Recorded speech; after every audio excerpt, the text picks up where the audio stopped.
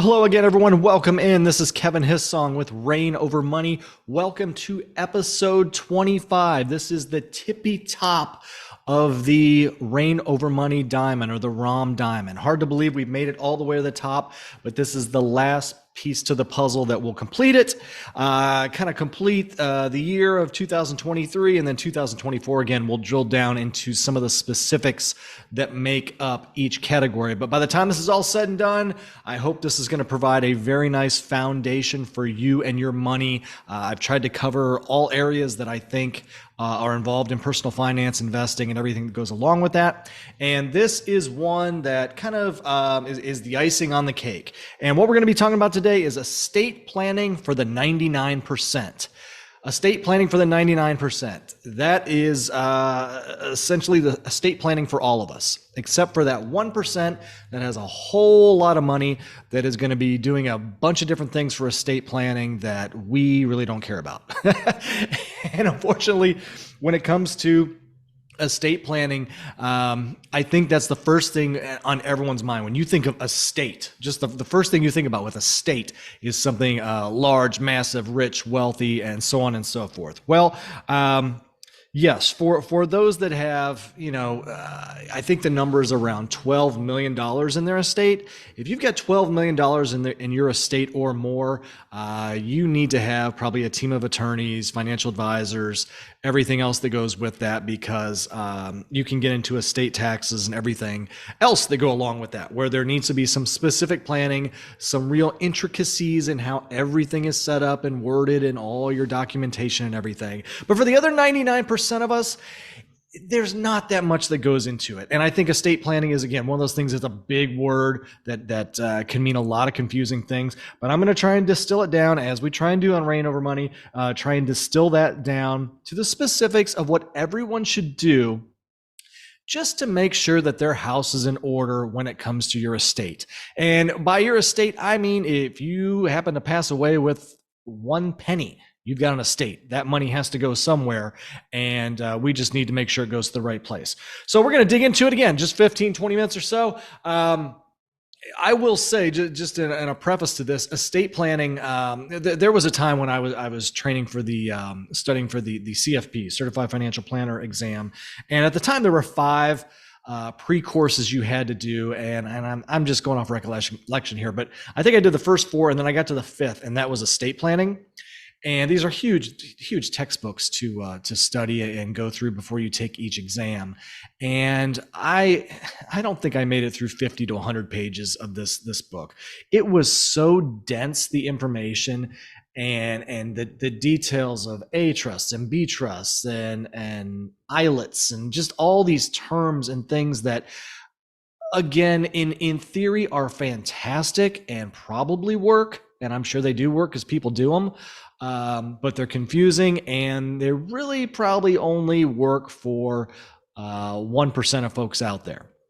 And that's not what we're worried about. If you got, again, anywhere from a penny up to, a few $1 million in your account, as most of us have, I think this will be enough for you. But as always, consult with your financial advisor, consult with your CPA. If you do have an attorney that you work with as well, always consult with them on this stuff. I am as much of an expert as 25 years in the business and enjoying personal finance all my life as you can be, and doing it successfully. But at the same time, these people focus on this stuff day in and day out. So let's jump into it. First thing we want to talk about when it comes to your estate planning is let's talk about what most people have in terms of assets that you've accumulated. And I think the first thing I'll talk about are just your retirement accounts, your 401ks, if you're a teacher, your 403bs, your 457 plans, if you work with the government or hospitals or whatever, your IRAs, and so on and so forth. What do we need to do with those? The first thing you need to do is to not just gloss over your beneficiary information. You need to make sure, and that's, it's timely that we're doing this now, because December, end of the year, hey, as you get through the new year and get into January, that's kind of January is always a nice time to get the house in order, whatever you're doing, get the sweets out of the house, throw away or take the clothes you're not using to Goodwill, whatever it is. Let's get your financial house in order too. So what you want to make sure is any IRA or 401k or all that you have, you want to make sure you have your beneficiaries correctly labeled on those accounts. And for most people, that's going to be, if you're married, it's going to be your spouse. If you're not married, it's going to be a significant other or a parent, maybe. If you have children, maybe you don't have a spouse, it may go to your children.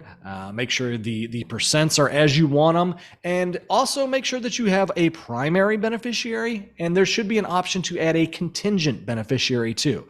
Primary is who it's going to go to. Contingent is, hey, if you pass away and you haven't updated your account and your primary beneficiary is no longer living, it will then flow through to your contingent beneficiary. It's kind of a first and then second situation. So make sure you have all that information figured out. If you're divorced, it can get a little bit more complicated. So that's something, again, you definitely, if you're divorced, you really want to consult with a financial advisor because there's a lot of intricacies that go into it that don't play for those that are married or single and so forth. So just something to think about. So beneficiaries, first thing to think about, because with your retirement accounts, and we're going to talk about wills and trusts and all that in a second here, but even if you got a will and all that set up, if you have a beneficiary listed on your retirement account, that's who it's going to go to. Beneficiaries on retirement accounts overwrite everything else for the most part. Again, everything is said with, a for the most part at the end of it. So again, very important to check that out. Log into your accounts, contact your financial advisor, contact HR if you don't know how to do it, but something you definitely need to do. Second thing, let's talk about life insurance. Does everyone need life insurance? Nope. If you are single and have 2 cats, you probably don't need life insurance. But if you're married, even if you don't have kids, if you're married, you want to be able to replace your income. And that's again what we talked about that with the basics of life insurance earlier. But if you are leaving behind family that rely on you for income, you need to somehow have something there to replace it. And again, beneficiaries are very important when it comes to life insurance. Make sure your beneficiaries are updated, make sure they are correct, make sure the percentages are as you want them, primary, contingent, same thing as retirement accounts. The great thing, so this is something we're not going to get totally into the taxation here, but the difference in retirement accounts and life insurance, retirement accounts will pass on to your beneficiary. Beneficiaries will then have to take those assets out over a period of time. They can withdraw those assets in a lump sum. They used to be able to take them out over their own lifetime, but now I believe that's been reduced to, it has to be 10 years, I believe. It has to be 10 years over their lifetime. It has to be taken out. And when they do those withdrawals, they are going to be taxed. If it's a traditional IRA, those assets will be taxed. If it's a Roth, they're still going to come out tax-free. But traditional IRA, somebody's still got to pay Uncle Sam when it comes to that. With life insurance, the great thing about life insurance, it does pass on tax-free to the beneficiaries. So life insurance is, why we get it. It is a great way to pass on to the beneficiaries tax-free. Something to think about there. The next thing, very important. And, I don't know, everyone doesn't have it, but I've talked a lot about brokerage accounts, investment accounts that are non-retirement accounts. This is what you'll invest, your stocks and your bonds and your ETFs and so on and so forth, maybe paying you dividends and this and that. 2 things on these accounts. If you're married, and as long as you have a good financial working relationship with your spouse, you should really have those accounts set up as joint rights with survivorship. It's a JT RWOS or something like that. It's got a long acronym after it, but joint rights on your brokerage account. The reason for that is if something happens to you, boom, you fall off the account and your spouse just becomes single owner of the account. Very easy transition when it comes to death and passing away for investment accounts. The other thing you should do, if you do not have a joint account set up, this is something, for example, my mom has a brokerage account set up and I'm her only son, so I'm the beneficiary on it, is called a transfer of death or a TOD on the account. If you don't know what that is and you don't have that on your brokerage account, it is worth contacting your financial advisor or contacting your custodian where your assets are at, whether it's E-Trade or Morgan Stanley or Robinhood or whatever. you should have a TOD on your account, because TODs are fantastic, because what they do is they avoid probate. And that's really with estate planning. We just want to make the assets flow through simply from the deceased to the parties that are going to get the money. And that's at its highest level, that's estate planning, is trying to get the money to flow through easily and maximize how much goes to the beneficiaries without the burden of taxes. I mean, you're usually going to pay taxes on something for the most part, but let's minimize the taxes. And that's why when you get into the 10, 12, $15 million estates and so on and so forth, it can get very intricate, because there's a lot of different things you can do to reduce the taxes, because Uncle Sam takes a big chunk of money out of, large estates. But going back to the transfer on death, easy to set up. It's think of it as really just a beneficiary for your IRA account, or a beneficiary for your investment account. It simply transfers over to the person that's listed on the account.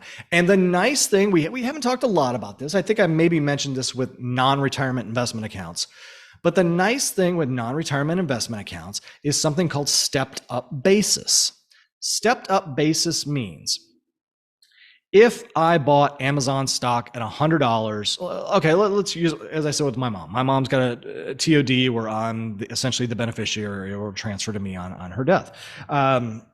Let's say she bought Amazon at $100 a share 30 years ago, and now it's worth $100,000. Huge gains in the account.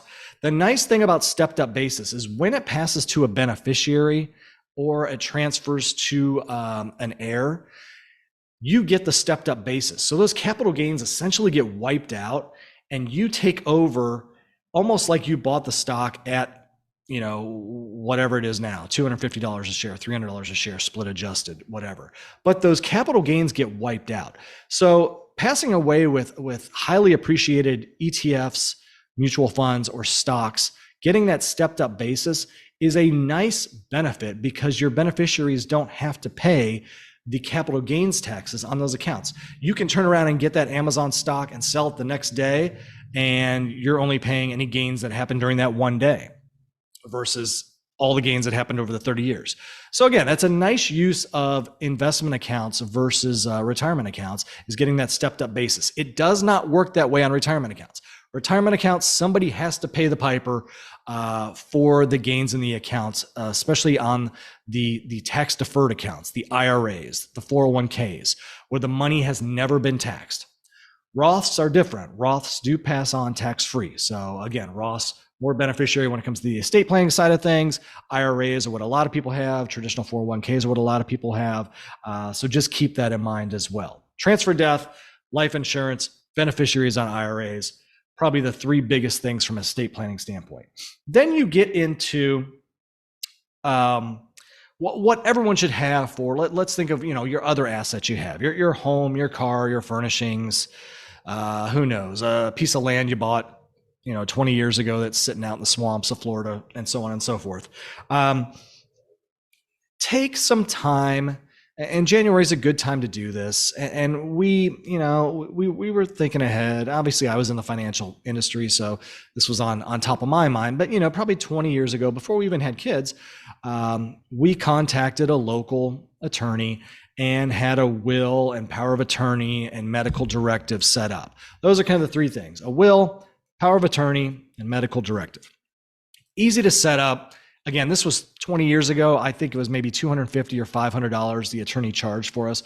But what it did is allowed us to have control of things when something happened to us. You hear that term, control beyond the grave.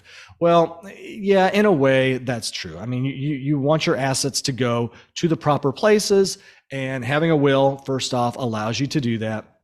Having a power of attorney means if you become incapacitated, whether it's laying in a hospital bed or just through God forbid, you pick up a disease, dementia, and things like that, that a lot of people are faced with, where you cannot make decisions on your own. A power of attorney is there to act in a fiduciary capacity on your best behalf to make decisions for you, and also allows them to sign on your behalf if you become unable to sign things. So it's very important to have that as well. But the will, first off, power of attorney, second thing. And the third thing is medical directive.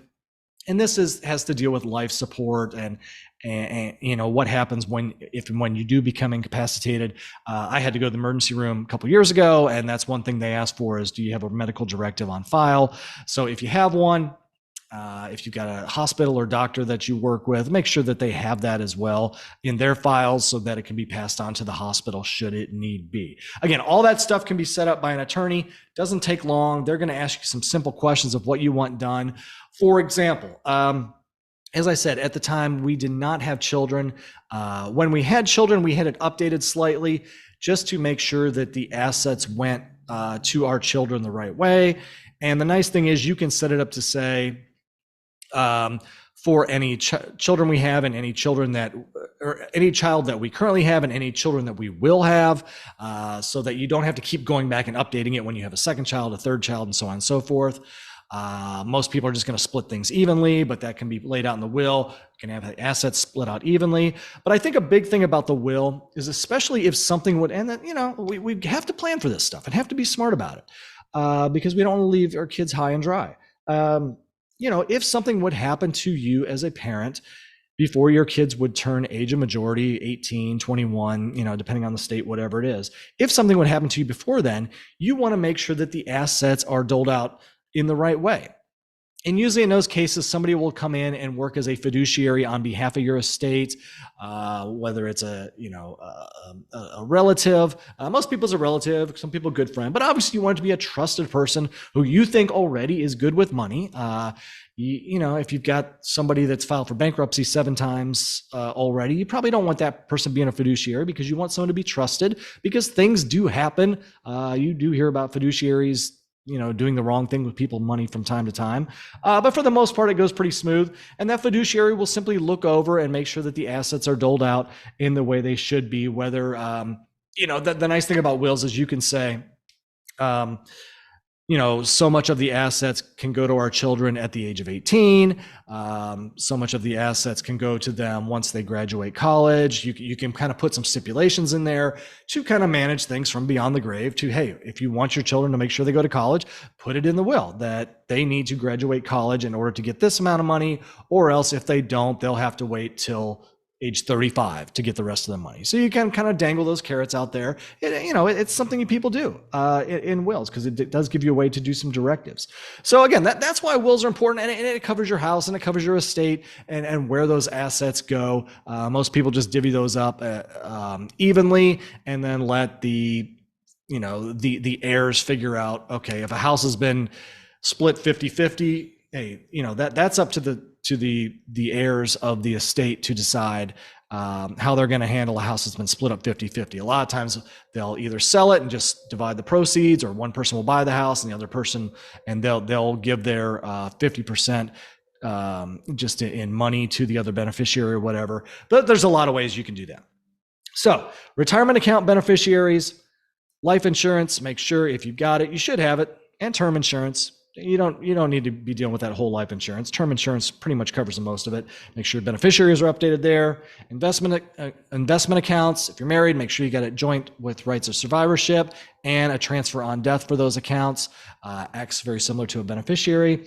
And then, make sure either you have or it's updated for a will, power of attorney, and a medical directive. You do all those things, 99% of us are going to be in really good shape when it comes to an estate plan, and that should cover most of us.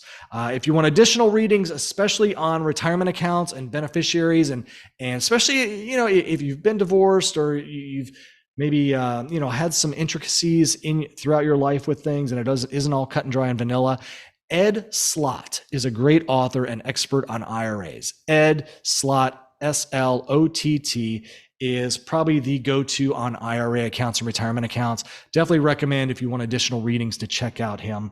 I found them very interesting. They can get really deep and really far into the weeds, but hey, sometimes that's what you got to get into. It's interesting stuff. And estate planning as a whole is very interesting, especially if you're an attorney or a background as an attorney, or you like law. It can be very interesting and something that can be very enjoyable for a lot of people. But 99% of us can be covered with these simple 4 things. And I hope, this 15, 20 minutes gives you a nice pathway to going forward with that. So with all that said, hey, we have completed the ROM Diamond. I'm going to do one more, just a recap of the ROM Diamond before the end of the year here, and then that's going to wrap it up, and we'll be back next year with getting into the nitty-gritty with all the dirty details and everything and more that you want to know about personal finance, investing, and so on and so forth. So again, I'm Kevin Hissong, Rain Over Money. Thanks for joining us on episode 25, Estate Planning for the 99%.